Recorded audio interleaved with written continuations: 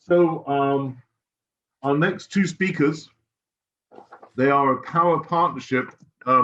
Actually, I advise them to close their ears because I'm probably going to embarrass them now. I want to be fulsome in my welcoming of them. They're very, very, in fact, again, as Yamuna mentioned, the word gratitude, and Yashodhara picked up on that word.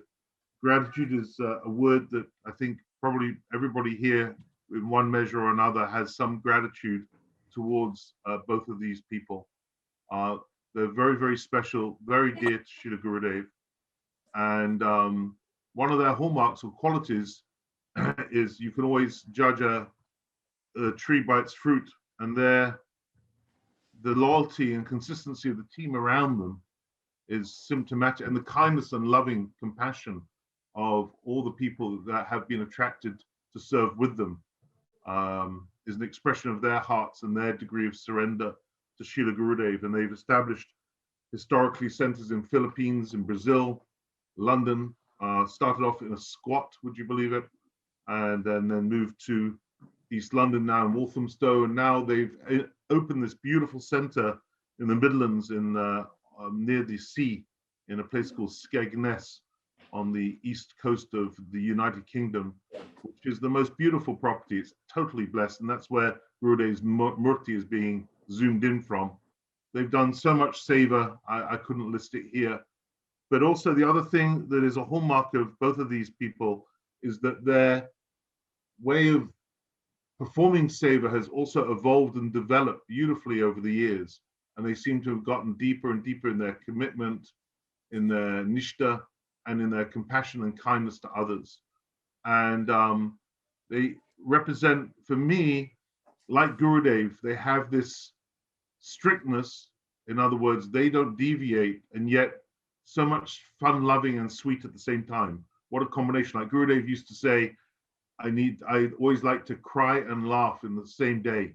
And I think they are very much the manifestations of Gurudev's mood in that way. So I call them fire and water. I think fire is coming first in the form of Sita Didi, and then water is coming in the form of Kamala Didi. Welcome you both very warmly to our Zoominars, our glorifications. Welcome, and over to you, Sita Didi. How do you go, Sita? Haven't seen you for ages. Hi, Krishna, everyone.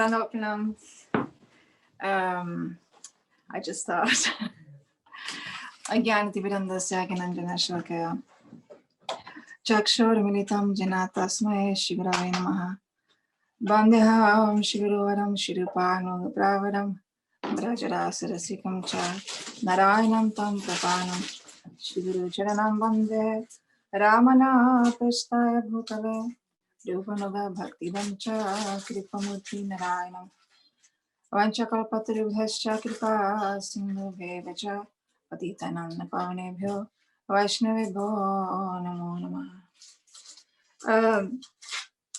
Hi Krishna, everyone. We don't usually do this internet classes because I'm really terrible at it. But Kamala, she forced us to do. I might be fire, but fire is completely extinguished by water. So although I might look like the boss, I'm only bossy, really. I don't really command anything, not even respect. So I don't know what the format of the program is, but Kamala sent me these memories of Srila Gurudev. So my memories are very kind of okay, sweet and nice. Of course, any exchange with Srila Gurudev is extremely deep and profound because he is like that.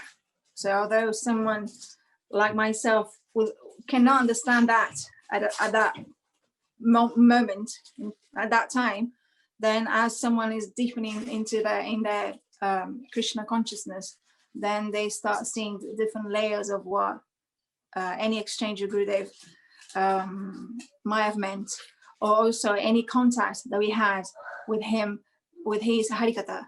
which is what creates a very, very strong impression. Because the senses, in a way, the senses, they're imperfect, so therefore they are prone to commit mistakes, and in a way they in one way or another they might cheat the soul, because themselves they're being cheated constantly. But anyhow, when those senses, by the power of Guru's mercy in the form of Diksha, they're purified, they become Chinmoy by the power of Diksha, of the Diksha mantra, then okay, those senses now they can interact and understand, isn't it? There's one place in Shastra that says, Akshino phalam tadrisha darshanam hi, tano phalam tadrisha gatasanga, jihaganta, something like that. It says that the success of the eyes is to have darshan of the PureBhakti. The success of someone having tongue, of the tongue, is to speak of his glories. And the success of the sense of touch is to touch his lotus feet, or like that. And what else? And the ears. So here, I think, Dan and Jiva Matra, it's like that. So this is a success of the senses, is to come in contact with that Mahabhagavad. But the Mahabhagavad's power is such that he will decide when we can understand something or not. He will decide how much we understand and when we will understand. So it's very, very magical.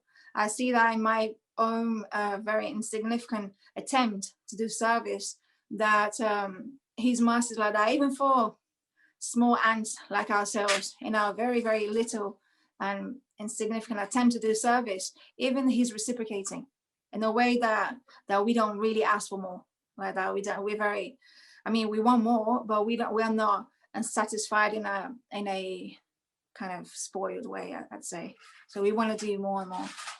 But what we have received, or what we are receiving, then we are slowly seeing the value of that. So I came to the temple, and can you tell me when it's done? Because I forgot to see the time. When I started, I was going to check. Is it 15 minutes? 20. You got 20 minutes, Sita. So okay, you're good. You've got plenty. You've got another 11 minutes. Okay. 12 minutes. So okay. I came to the temple in 2003. I received initiation. I first met Gurudeva in 1999 in Brazil when he first came. And it was very, like I said, we have no idea. I have no idea. I had no idea. Although I grew up in a Hare Krishna family of proper disciples, I really, like every other Hare Krishna kid, was not inclined very much to practice anything. I had no real interest. Just I was like a good Christian. I was a good, not that good Hare Krishna kid. So anyhow, so somehow I used to go to the festivals so that my family would be a little bit pacified, to counteract my misbehavior. So I remember one time I went, the first time my mom told me that this Vaishnava was coming. She had met Srila Gurudeva in India before he left to the West, and in 96. And she had a very strong, very deeply touching meeting with him. And she came back to Brazil, and she was like playing the Mami Nandanandan and all of these. It was like full on different mood and kirtans or anything from what she was. I was used to hear her before. So I went to see Srila Gurudeva. No, I went to see Srila Gurudeva where she told me he would be in Sao Paulo. But then I arrived too late. I went on the last day, but then I arrived too late and it was already finished. So anyhow, I managed to go to the next place he was going to. He was going to two places in that 99 tour. I think it was the first time he went to Brazil. And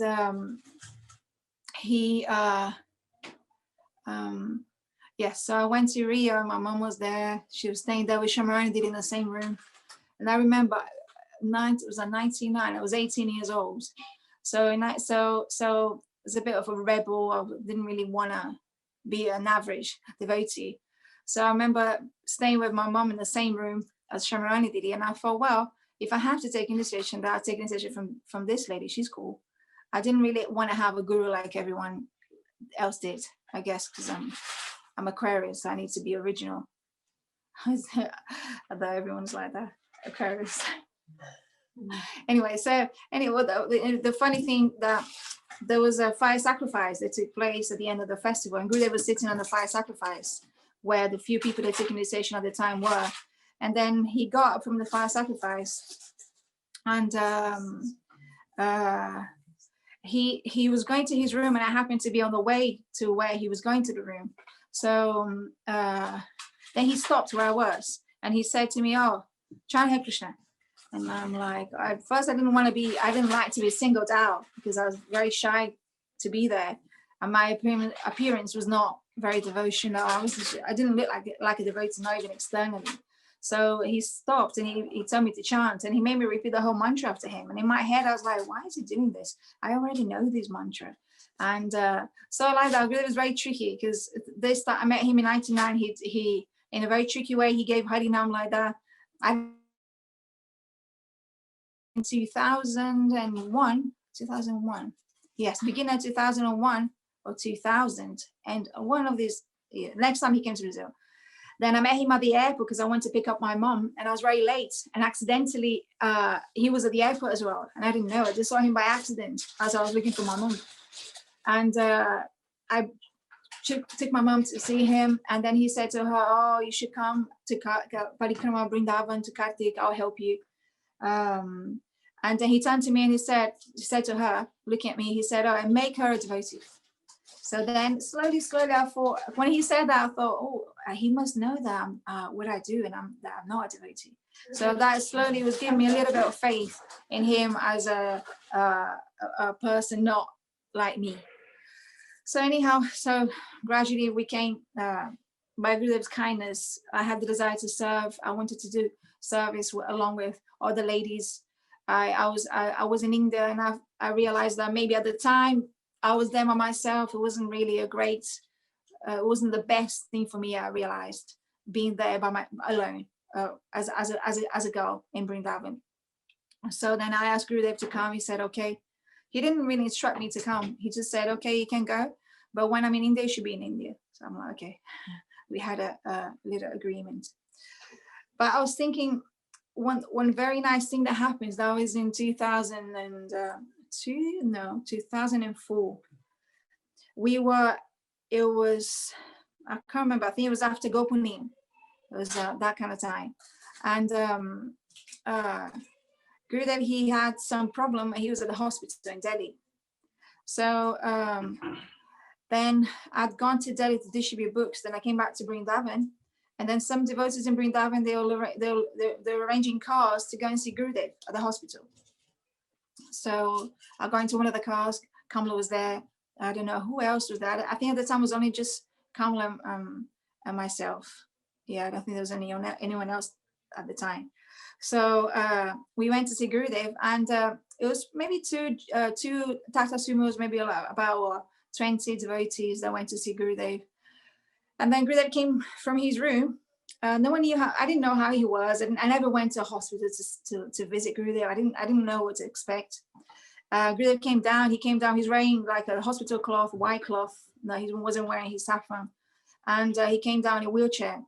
It didn't have the appearance of someone under any kind of condition or anything like that. Although he could have easily looked like that for someone else, but for me, he looked as powerful as he always looked. And then he came, they brought him down, and they took him to there was some kind of garden outside the hospital, and we were sitting there in front of him. So then he was sitting on the wheelchair looking at us, and he was very grave, very serious. He was not interacting with anyone. He was only looking at everyone. And then I was sitting, not at the front, but somewhere in the middle. And in front of me was Srila Didi. So, and everyone knows Srila Didi, she's extremely senior. She grew up with Gurudev. And so Srila Didi was in front of me, and Gurudev, he looked at my direction, and he looked and he said, he didn't say anything. He just did like that with his, like this, like, you know. And then Srila Didi started to speak, because of course, it was in her direction that he was, you know, he wasn't speaking, but he made that kind of sign with his head. And then she started speaking, but then he said, no, her, meaning, and then he pointed to me, who was I was behind her. I was extremely surprised. I thought, what is going on? Because at the time, I was not very I was going through a very low period in my spiritual life. I was having a hard time with different things, even though I was surrounded by an ideal environment of Harikatha, Kirtan, and everything, being in the temple, but still I was extremely weak at the time with my practices and everything. So then Gurudeva, he said, oh, how are you? Like that, with this kind of very knowing, all-knowing tone of voice. So I said, I knew that he was asking me so that I could speak. He wasn't really asking. I said, yes, I'm okay. Because I didn't want to say anything. I couldn't say anything in front of everyone. I couldn't say what was going on. I couldn't say what my problem were, what my problems were. I was too embarrassed to speak in front of anyone. So I said, in that kind of awkward way, I said, yes, I'm okay. And then he said, oh, how's Vrindavan? Is it very hot? I said, yes, it's hot. It was like about April time. And then he said, oh, and are there many monkeys in Vrindavan? And then I knew exactly what he was talking about. He, you know, what kind of monkeys he was referring to. So I said, yes, many monkeys are there. And then he said, oh, and sometimes they come and they try to attack and bite. I said, yes, Gurudev. And then what do you do? I don't know, Gurudev. Oh, you know, when they come, you should kick them. And I said, and then he said something else I cannot remember. But he was very, very strong. He was not in a joke, speaking in a jokey way or in a soft spoken way. He was letting me know that there were monkeys, and those monkeys were my senses, my uncontrolled mind, my uncontrolled senses, who were widely going here and there, uncontrolled, and that I was that in my position as an independent jiva, I was allowing them to come and attack and bite and do whatever they wanted to do in that very in that way. So then I understood. Okay, felt very embarrassed, not because of anything really, but just felt very embarrassed that I was not doing my part. As a sadhaka, Gurudev, he always taught us that like Jasoda Mata, her endeavor was essential for her to receive Krishna's mercy. In the same way, the sadhaka's endeavor to serve Guru has to be there.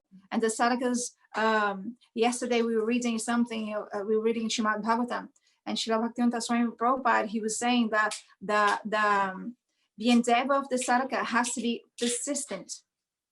Not just, he didn't even say continuous, because we understand that Rupa Goswami, he defines bhakti as a continuous endeavor, sadhana bhakti or bhakti, the practice of bhakti. But Srila Prabhupada was saying, oh, that continuous endeavor has to be persistent, because we are not, this is not our natural condition at the moment. So Gurudev is very kind. There's so many things to be said. I mean, what Gurudev came to give was not what he was talking to me at the hospital. Gurudev, he came to establish everyone in the mission, Mahaprabhu. He came to establish everyone that the devotees could become bona fide sadhakas, and they could follow in the footsteps of Srila Raghunath Das Goswami.